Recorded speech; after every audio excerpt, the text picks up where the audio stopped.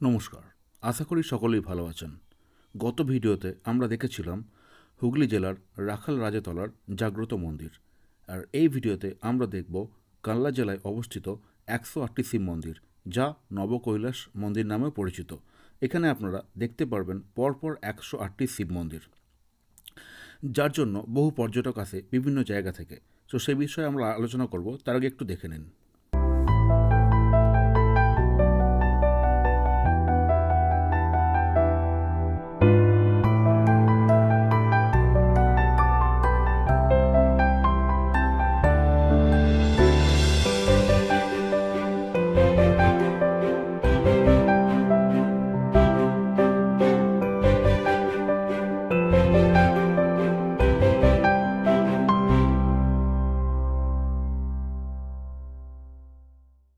নবকৈলাস মন্দির বা 108টি শিব মন্দির হল বর্ধমান জেলার কানলার একটি আকর্ষণীয় শিব মন্দির। একটি স্থাপত্য বিস্ময় বলতে পারেন। এই মন্দিরের কাঠামো দুটি সমকেন্দ্রিক বৃত্তের একটি সমন্বয়, যার মধ্যে প্রতিটি ছোট ছোট মন্দির ভগবান শিবকে নিবেদিত করা হয়েছে। এটি একটি পুঁথির অক্ষমালাকে প্রতিনিধিত্ব করে এবং এই মন্দিরের দেওয়ালে রামায়ণ ও মহাভারতের পর্ব এবং শিকারের বহু দৃশ্য চিত্রিত হয়েছে। বাইরের দিকে 74টি মন্দির আছে এবং ভিতরের দিকে 34টি মন্দির আছে, যেগুলি মঙ্গলকর চিন্তাভাবনা সহ পৌরাণিক কাহিনী অনুসারে নির্মিত হয়েছে। এই 108টি মন্দিরের প্রতিটিতে একটি করে শিবলিঙ্গ রয়েছে।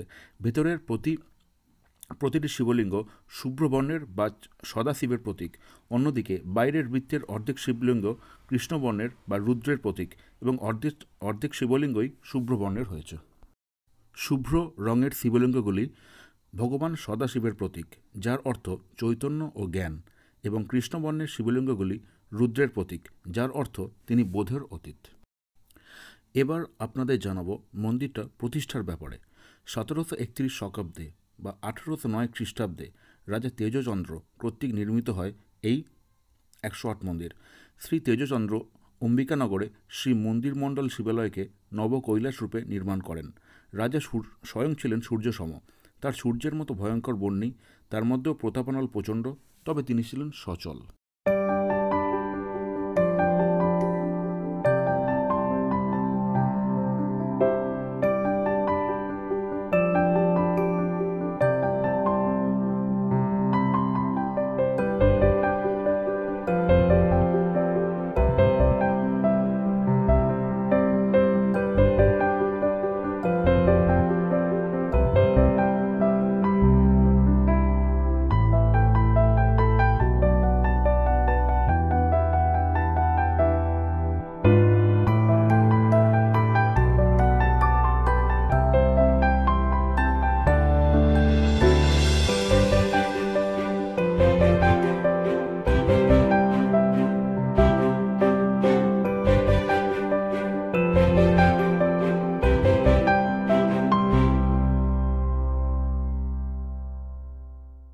সারা ভারতে এই শিব মন্দির আছে মাত্র দুটো জায়গাতেই, এবং আশ্চর্যজনকভাবে দুটি জায়গাই হলো পূর্ব বর্ধমান।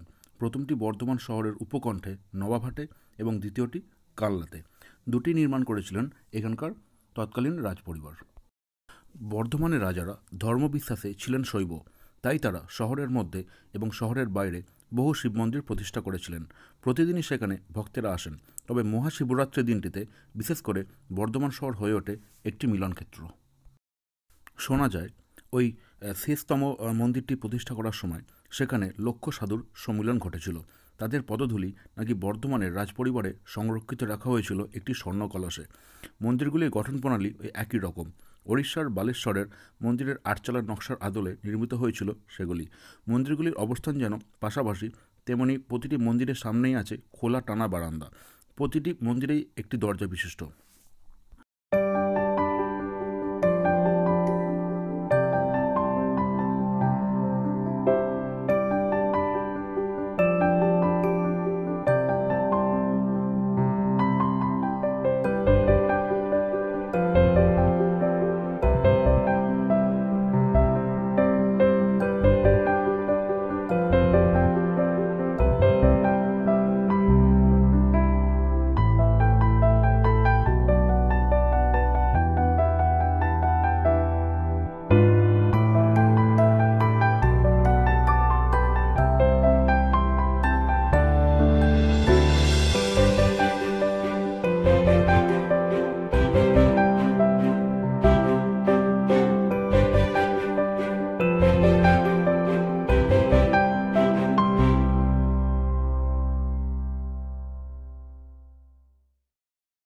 হাতে কিছু জিনিস থাকার জন্য এই সময় একটু ভিডিওটা করার প্রবলেম হয়েছে, তার জন্য আমি দুঃখিত।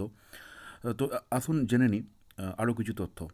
আমরা এই ভিডিওর মাঝখানে দেখতে পেয়েছিলাম একটি কুয়ো অর্থাৎ কূপ।